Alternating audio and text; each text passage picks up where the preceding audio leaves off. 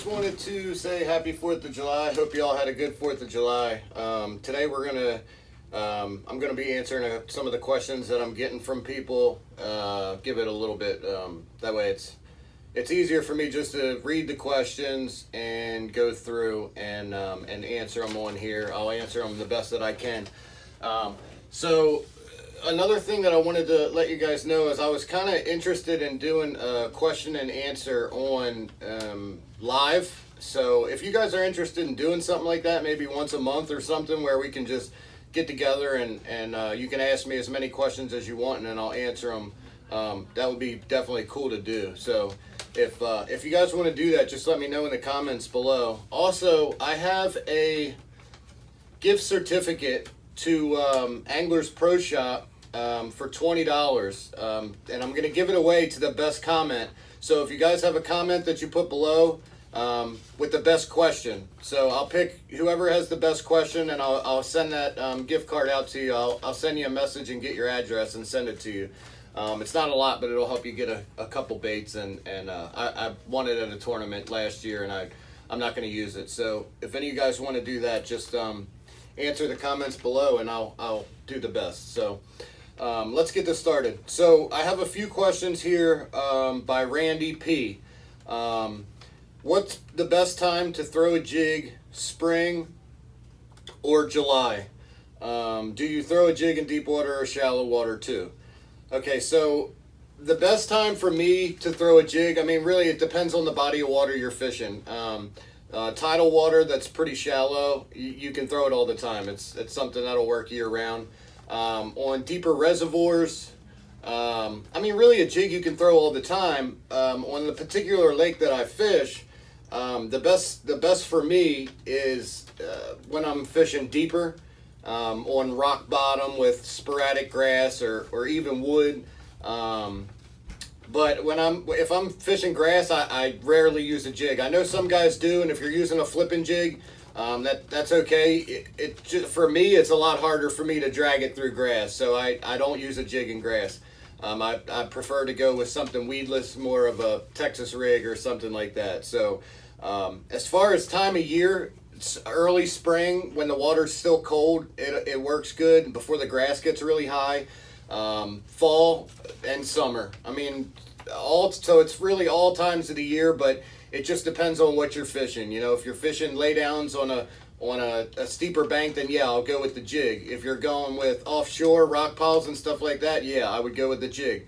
But if you're fishing shallow grass, it's just a lot harder to get through. So I don't use it. I'm not going to opt for the jig at that time. So you can use it in deep water or shallow any time of the year. It just depends on what you're doing. Another question I had from Randy was best time to throw a topwater frog versus a buzzbait. The frog to me really shines in the post spawn, just after the fish come off beds, and in the fall. Those are the 2 times a year that I'm going to use it the most. In the fall, a lot of the times I'll throw that frog all day long. I don't ever put it down, because I know that if I'm going to get 4 to 8 bites, but they're going to be the biggest ones. So fall is definitely that time that I use a frog the most. Same with the buzzbait. I'll just switch back and forth depending on what I'm fishing. If the grass is too thick and I can't get a buzzbait over top of it, of course I'm going to go with the frog. If it's more open water with stumps and even laydowns and stuff like that, I'm going to go with the buzzbait.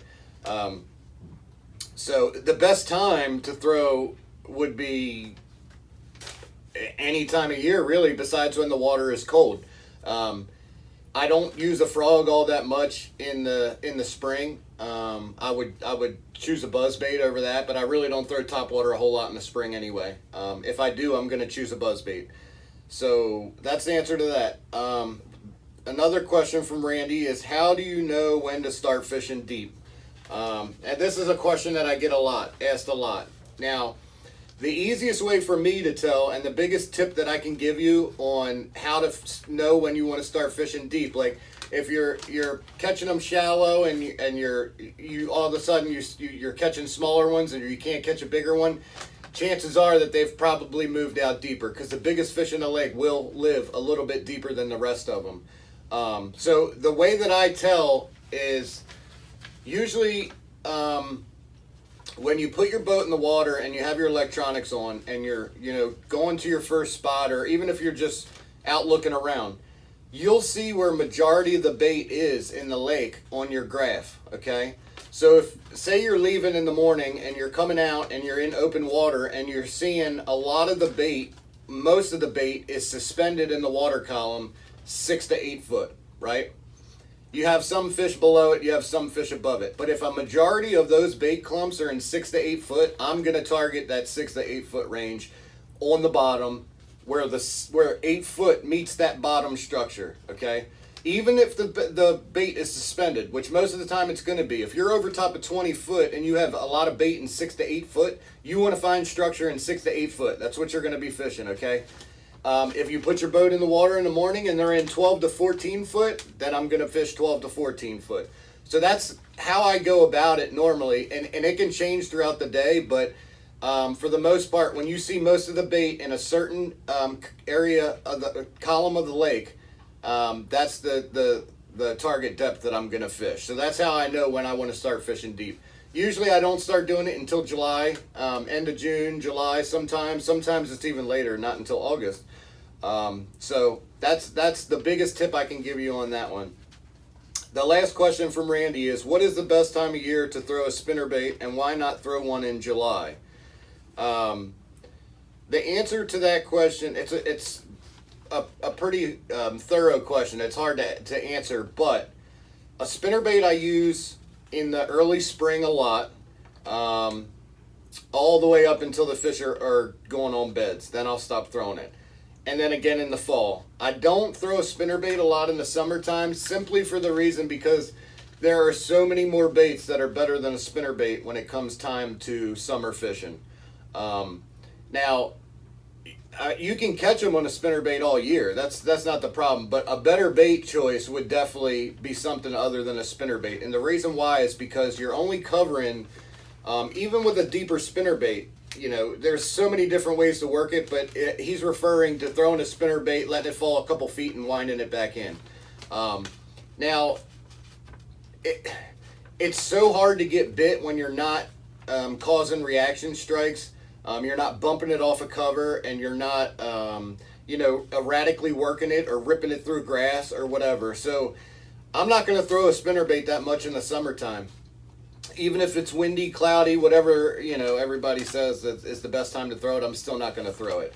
A deep diving crankbait or a crankbait that runs on the bottom is going to be a much better choice, simply for the fact that I think the bass most of the time hug the bottom. And a spinnerbait, they're going to have to come up pretty far to get it. If you have clear water, they'll eat the spinnerbait. They'll come up and get it. But if you have that dirtier or stained water, they're not going to eat it a whole lot. Now that's in reservoirs and deeper ponds and stuff like that. Now, if you're fishing shallow tidal water, you can throw a spinnerbait all year long because it's in that strike zone. So just keep in mind, if you're fishing it on, pretty shallow and you're in deep water, you're throwing it in the middle of nowhere. Nothing's going to eat it. But if you're in shallow water, it would be a fine bait to use. So it's really common sense. If you're fishing somewhere shallow enough where the fish are on the bottom, and they're still going to get that spinnerbait right in their face, then yeah, that's fine. But if you're fishing, deeper reservoirs, some of the TVA lakes and ledge lakes and stuff like that, a spinnerbait's probably not the best choice unless you're throwing a heavy one and you're slow rolling it along the bottom. Best time to throw a topwater, morning, noon, or night? Again, that's a loaded question. In the morning is the first hour is probably when I'm going to throw it the most, but I'm only going to throw it for a couple casts where something looks good, and then pick something else up, and then maybe pick it back up, while low light is happening, where the sun's not up, or even on a cloudy day or a rainy day. It seems like topwater's the best. First thing in the morning or late at night, definitely. There are times when they'll eat it in the middle of the day, like I said, in the fall, but that's exception to the rule. So you just got to kind of experiment with it and throw it, and then throw it for 10 minutes or so, put it down, pick something else up. And if they're biting something on the bottom and they're not biting that topwater, then just stop wasting your time with the topwater and just throw something that's going to bounce off the bottom. But the best time to throw the topwater would definitely be the morning and the evening. or low light conditions when it's raining, okay? Seems like once that sun gets high, they get tighter to the bottom. This is a question from Matt Mason, and this is really a good question. What makes you deviate your baits in the spring, or do you go up and down the same banks with different baits? So that's a great question. And what deviates what I throw in the spring, the easiest and it's the most simple answer, it all depends on what I'm fishing, okay? So in one of the videos I posted, you saw me catch them on a chatterbait, you saw me catch them on a Senko, and you saw me catch them on a spinnerbait. So I'll just give you the example for those three in the early spring. So if I'm fishing channel swing and there's grass with a flat up on the swing, I'm gonna throw a chatterbait because I can get that reaction strike by, you know, winding it. When I hit the grass, just rip it free. Wind it, hit the grass, rip it free, and they'll always pound it as soon as it comes free from that grass. Now a spinnerbait in the early spring, you got a lot of that cotton and crap that's on the grass that gets hung up in the blades, and it'll just drive you nuts. So I wouldn't use the spinnerbait if I'm constantly getting hung up in that. I would choose the chatterbait instead. And then with whether to choose a Senko, you know, or a slow moving bait versus one of those faster moving baits, I usually don't go down the same bank with different baits unless I'm catching a few on a moving bait, and then I'll go back through with a slower moving bait to see if I can pick off any ones that aren't really active at that time. So that's what deviates the baits that I throw. It all depends on the bank. You know, if you have a steep drop on a channel swing with rock and wood, I'm probably going to throw the spinnerbait and slow roll it, bouncing it off the wood and rocks in the spring, simply for the fact that the water's cold and I feel like I'll have a better chance at getting a reaction strike than I would throwing something moving, catching one of them that are feeding. But I usually do pick that slow moving bait over the spinner bait once the water gets a little bit warmer in the spring. And then of course, once they're on beds, then I'll go to the slow moving bait. That was a good question. This one is from Fred Gack. How do you find channel swings, drop-offs on electronics? Okay. So first of all, you have to have a good map on your electronics. Lowrance's standard map for most lakes is decent. It'll at least show you, it's not going to show you contours and all that, but it will show you where the channels are. And the channels are going to be in dark blue, and you'll see them. They'll run, you know, throughout the lake. How I find a channel swing is, it's real simple. It's anywhere that channel makes a swing. It looks like a U, okay? So if you have a channel that's running this way and then it goes like this, this is your channel swing right here, okay? So now I won't target the ones that are out in the middle of the lake unless they come up shallow and there's some kind of structure, you know, right at the swing right here. You want to target the ones where the channel swings and hits the bank. So if this is your bank, let me grab another marker. If this is your bank right here, right, you want anywhere where that channel either touches the bank or comes close to the bank. It doesn't even have to touch it. Even if it stops here and you have a bank here, this is where you want to focus, like this area right here, close by to it, because they're going to use that channel swing to come into the bank, okay? Early spring, that's key. That's how you find your channel swings on your graphs, on your map, okay? So, you know, anywhere, the channel can go like this, and if it swings like that, there's your channel swing right there. Anywhere it forms that U or turn in the channel, okay? That's a good question, though. Also, drop-offs. Okay, so drop-offs, you have to have, without using your, I mean, if you're not using your sonar or side scan or down scan or whatever, and you're just using your maps, the way to find that drop-off is, I'm going to show you. Hang on, let me just erase this first.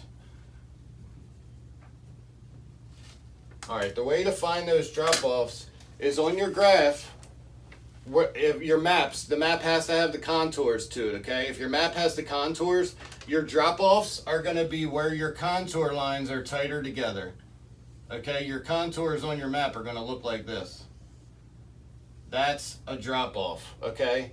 When they're real tight together. You need those lines real tight together. Anywhere they're tight together, that's a drop-off, okay?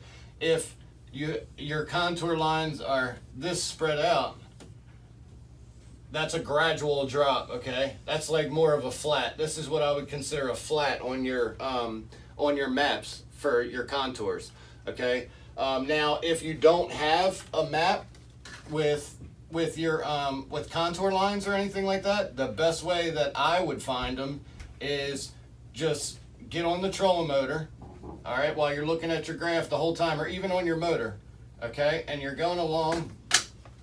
You're going along, and then you see your graph rise like this and then come back down.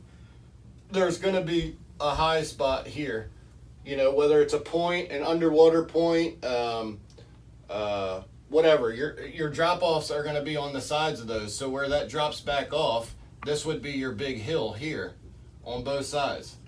So 9 out of 10 times, though, when you come across a point like that, they don't get on the sides of them, they get on the very top of it. So when they're actively feeding, they come to the highest point of it, and that's where they're going to feed at, okay? Yeah, the ones that are non-active and they're not feeding, they're going to come off to the side and just suspend.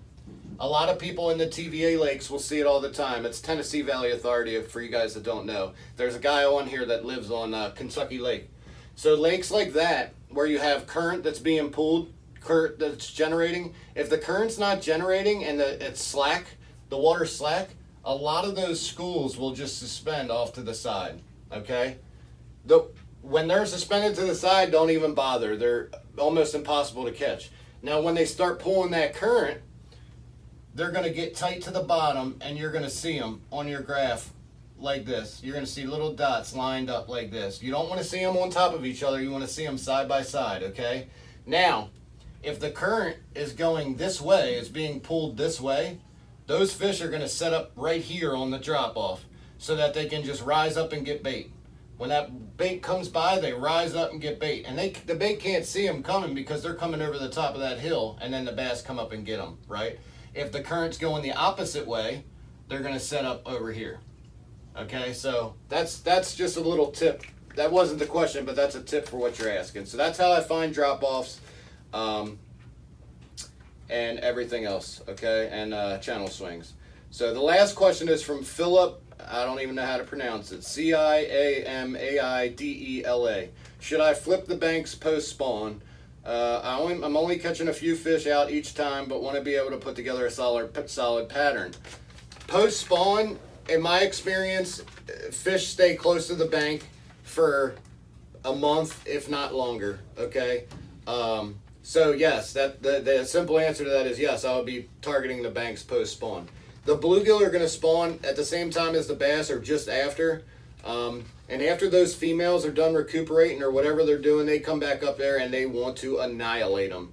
So you'll see it. I mean, you'll see them killing bluegill, but the bank is definitely the way to go. The same areas that they spawned in, they're not going far. Okay, keep that in mind. If you were catching them pre-spawn, you're going to catch them in the same areas post-spawn.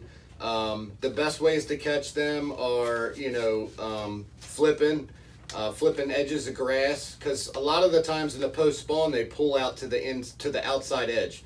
Spawning, they're on the inside edge. Then they'll move out to the middle of the grass and even the edge of the grass. And if there's structure on the edge of the grass, that's even better. So, the answer to that is definitely that I would fish the bank. It's just, there's so many different ways I could answer that. The short answer to it is yes, I would flip the bank. If you guys have any other questions, or if you want me to do that live video on questions and answers, and I can answer them the best that I can, just send me a message and let me know that you guys want to see it, because otherwise I don't know, and I don't want to waste my time if nobody's going to watch it. So hopefully answering your guys' questions helped you out, and it definitely will give you a few extra tips going out. The lake's super healthy. seems like most of America is fishing insanely good this year. So I don't know if it's from the high water or the amount of rain that we had, but everything's fishing good. So hopefully your local lake where you're at is just as good. And I'll talk to you guys soon.